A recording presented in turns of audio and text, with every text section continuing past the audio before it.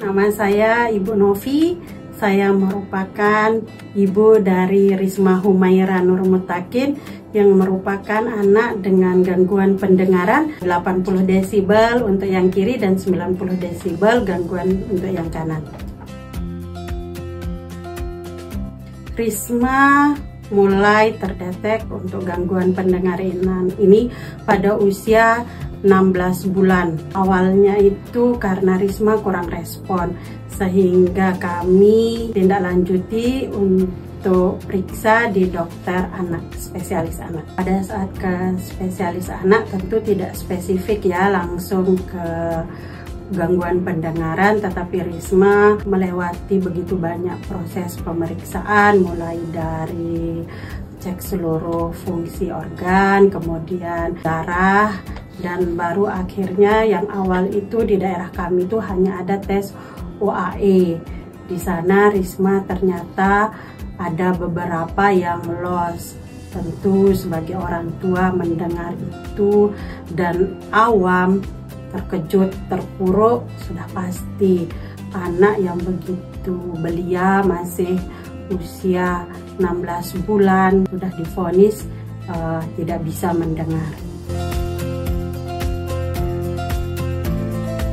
Nah, kami banyaklah di sini mencari informasi. Kebetulan kami bersyukur sekali tinggalnya di kota dan kantor alat bantu dengar Indonesia yaitu ABDI ini cukup dekat dengan tempat tinggal kami, sehingga kami banyak di sini mendapatkan informasi-informasi yang memang sangat dibutuhkan untuk terlebih penanganan awal bagi anak dengan gangguan pendengaran dan juga bagi kami yang awam, karena gangguan pendengaran ini mungkin masih awam bagi orang tua, terlebih banyak orang tua juga yang sulit menerima. PT ABDI yang pertama, kenapa kok saya memilih? Yang pertama itu terjangkau tempatnya. Hampir PT ABDI ini ada di seluruh Indonesia. Jadi untuk kami yang di Provinsi Nusa Tenggara Barat ini kan termasuk provinsi kecil. Untuk alat-alat bantu dengar yang lain itu masih belum ada. Nah, baru ABDI inilah yang ada. Kemudian pada saat tadi saya sampaikan di awal saya tahu itu, ABDI banyak sekali memberikan informasi-informasi yang memang sangat kami butuhkan, sehingga kami juga sebagai orang tua lebih terbuka pikirannya. Kemudian kami tahu apa langkah-langkah yang perlu kami lakukan untuk penanganan anak di awal-awal untuk menstimulus pendengarannya ini. Yang pasti karena ini terjangkitnya atau terjadinya itu pada anak-anak gitu. Pada saat saya ke ABDI itu pelayanannya enak gitu. Bagaimana kami dijelaskan di sana bagaimana langkah-langkah awal untuk anak ini pertama itu bisa nyaman dengan tambahan sesuatu di badannya yang akan bisa dikatakan itu akan terus berada di sana gitu. Jadi bagaimana membiasakannya, bagaimana membuat dia nyaman, itulah kami dilatih. Kemudian kami coba terapkan di situ tuh anak ada earmod. Earmod ini sangat membantu kenyamanan anak. Earmod ini nempel gitu di telinga. Selain anak nyaman, sebenarnya juga agar suara yang diterima anak itu benar-benar nyampe ke telinganya. Saya ingat sekali, saya disampaikan rutin, biasakan bagaimana anak ini merasa memang dengan adanya alat itu tidak ada yang berubah, dia bisa tetap nyaman. Justru yang dirasakan adalah bagaimana kebermanfaatan alat ini, sehingga secara perlahan dia merasa butuh dengan adanya alat ini. Alhamdulillahnya Risma perkembangannya sangat-sangat signifikan, dan di usianya yang sekarang ini dia sadar sangat menyadari kebutuhannya dengan alat bantu dengar ini. Jadi sekarang saya cukup mengontrol dia sudah pakai atau tidak, kemudian menyimpannya baik atau tidak.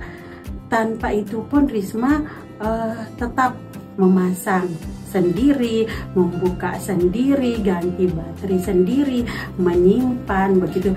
Risma tahu kapan baterainya akan habis. Sedikit cerita di sini, pada saat bapil gitu, Risma ini akan sangat terpengaruh pendengarannya, akan menurun sekali gangguan pendengarannya. Dia akan minta untuk diatur ulang atau disetting sementara tingkat pendengarannya. Saya ingat pada saat dia sudah mulai membaik pendengarannya, pada saat di jalan gitu, Risma bilang ke saya, "Ibu, saya dengar suara angin, saya dengar suara motor."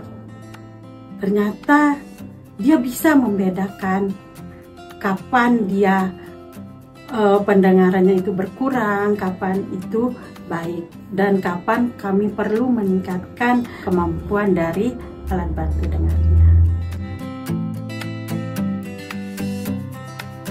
Risma pertama kali menggunakan alat bantu dengar itu di usia 16 bulan. Dari awal dia terdetek gangguan pendengaran, dan sekarang Risma sudah berusia 10 tahun, ya sekitar 8 tahun setengah Risma sudah menggunakan.